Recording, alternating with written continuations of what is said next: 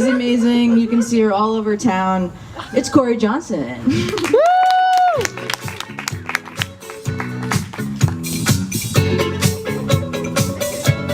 Hey. How's everyone feeling? Stable? Cool. Me too, yeah? I've been having really bad joke writer's block recently. I just can't come up with shit. So I thought I'd sit myself down in a nice, writing setting and force myself to write for about 30 minutes, in which I did. I came up with a great piece, which I titled Suicide Note, because that's exactly what it was. Clearly, I'm a baby, callback to Tara. And the other night, I had this weird dream where I was a child and my mom was letting people live in our house in exchange for drugs. And the man living at our house at the time was a man who rode a bike and had a chicken on his handlebars. And one day he asked me to watch his chicken while he took a shower, and it wasn't a dream, it was a childhood memory. Does that make any sense? Cool. I'm glad I'm up here. I turned 21 recently. Thank you so much. Thank you! I really won't finish the fucking joke until I just get one applause. Thank you! Thank you.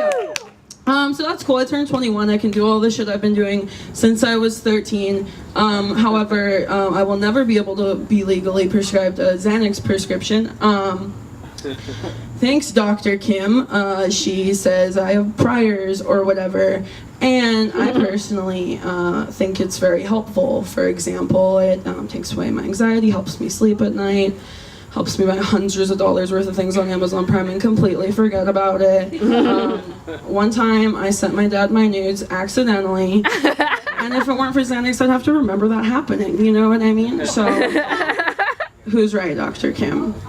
That's actually happened twice. My nudes have been sent to my dad 2 times. The first time being like a super long time ago, like last summer, and the second time being like last week. So, and everyone's like, oh, that's horrifying, right? But honestly, like after the first time, it's a walk in the park. It's a piece of cake. We went and got waffles after. If anything, I feel like it brought us closer together. My cousin called me the other day, asking me a perplexing question. She asked me if I knew where to get meth from, and I was just floored that I didn't even have one person's number anymore. You know what I mean? Like when your mom's in rehab, who will you call? I ran that joke by my cousin before I started telling it, and she was like, no, what the fuck? You're never telling that joke. You have one cousin. Everyone's gonna know it's me. And I was like, all right, hold up. I have 2 cousins. The other one's your brother. And secondly, it's like, calm down, Harmony. It's not like I'd ever say her name on stage or anything. Honestly, she's such a bitch, I can say her real name. I have some good news. My mom gets out of rehab next week. Calm down, that's not the good news. The good news is that she called me and she told me that because she was saved by the Lord, I was saved by the Lord. And I'm not shitting on God here. I just had no idea that you could be grandfathered in. The family plan did know about it. Had I heard about it earlier, maybe I would have been interested. 8 years of Catholic school for what? Anyways, in the fall, I'm getting gastric bypass surgery. If you don't know what that is, it's a weight loss surgery in which they take your stomach and they cut it into the size of your thumb, which I call a thumb stomach because I'm innovative.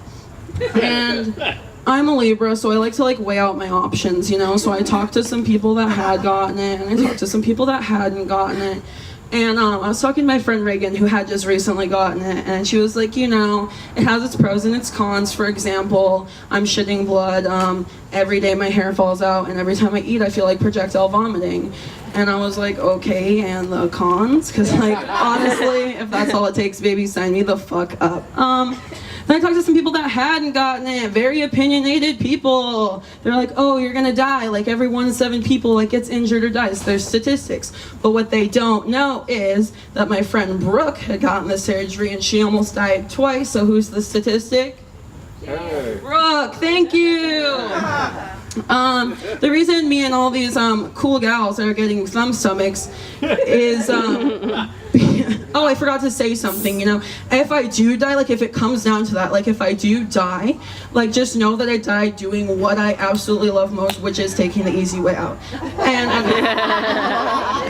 secondly, stomach girls. We all went to a boarding school a few years ago back in Fresno. And if you've never been to Fresno and you're thinking like, hey, like, should I take a trip up to Fresno? The answer is in the last 2 letters of the name of the city. And the reason we went, it was weight loss and health based. And usually when I tell people that, they have a lot of questions and they say something like, I don't mean to be like offensive, but was it like a fat camp? Which I do find extremely offensive because it was a fat school, you know what I mean? A lot of arithmetic, a lot. The girl in the front row fucking texting went to that school with me. Sorry, had to out her. She was a bitch and texted during the show. Hi, Lily.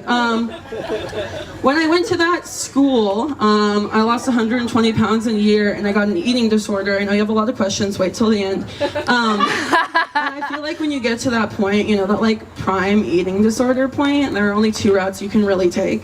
You can like give up and gain your weight back, or like fully commit and die, right? And it's just like, sometimes I feel like I took the wrong route, you know what I mean? Thank you, it's only been laughed at once or twice in my year of telling that joke. Oh, I like to end on like a real bad joke, like just in case someone's like, your set was bad. Like, of course it was, I ended on a bad joke. Anyone here have a dog? Woo! Thank God, me too. Does anyone hear me out? Does anyone else's dog eat their own shit? Yeah. Yeah, okay, thank you, so does mine. And my dad's always like, Casey, don't eat your own shit. And I'm like, what I really think my dad should be saying is like, he should just like stop kink shaming, you know what I mean? Alright, thanks, bye.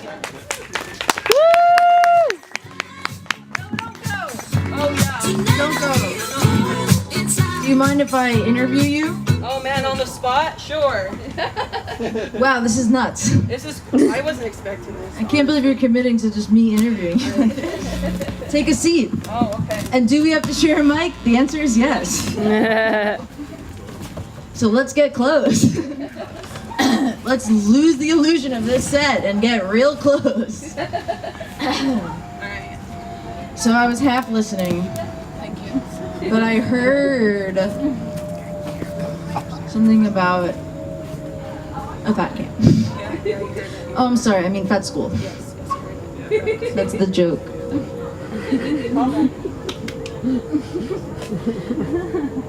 So tell me about your time there. Let me tell you, it was weird. It led me, after I went there, I moved to a different state and I didn't leave the house for 2 years, actually. Are you being real? I mean, like, I left the house to, like, walk my dog and, like, find sustenance, and that's it. Like, I was like, I guess you could use the term shut-in if you wanted to. Your dog Casey, he eats his own shit.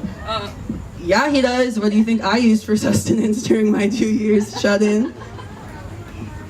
It's fucking cool as hell.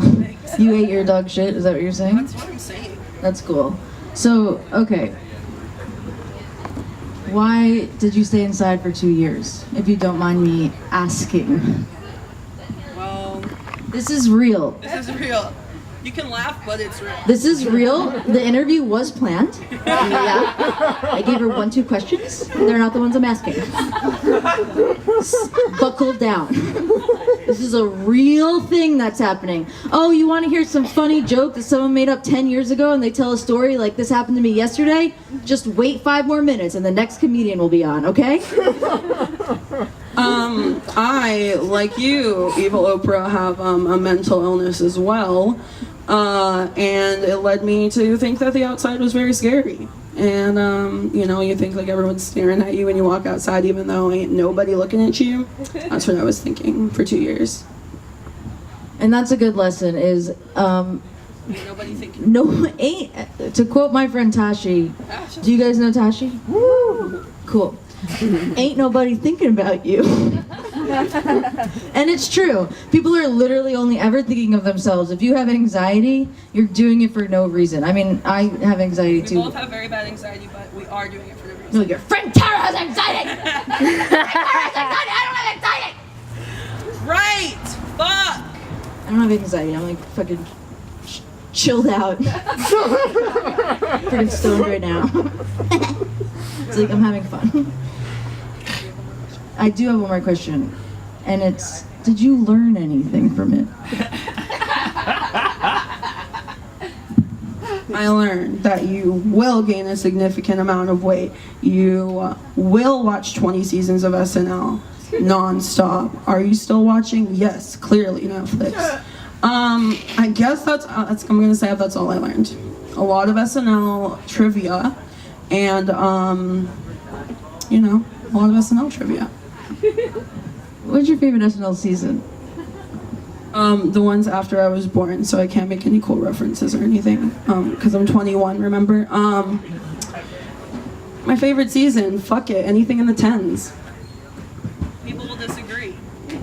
Okay, this is what I have to say to you. Yes, ma'am? Oh, right. This reminds us of something very special. Is it set up? Thank you. Give me a kiss.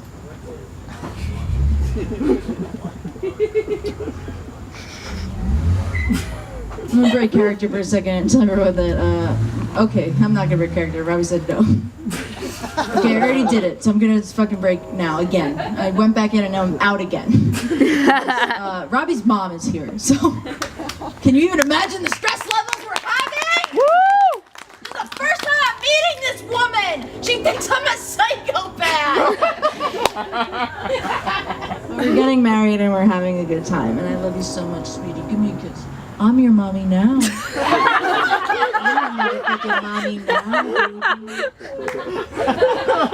Okay, well this does remind us of a time we had very recently, and we went to a trip to Hawaii, and we took a vacation, and guess what? We filmed that vacation. So take a little trip into our trip, which is our time in Hawaii. Enjoy.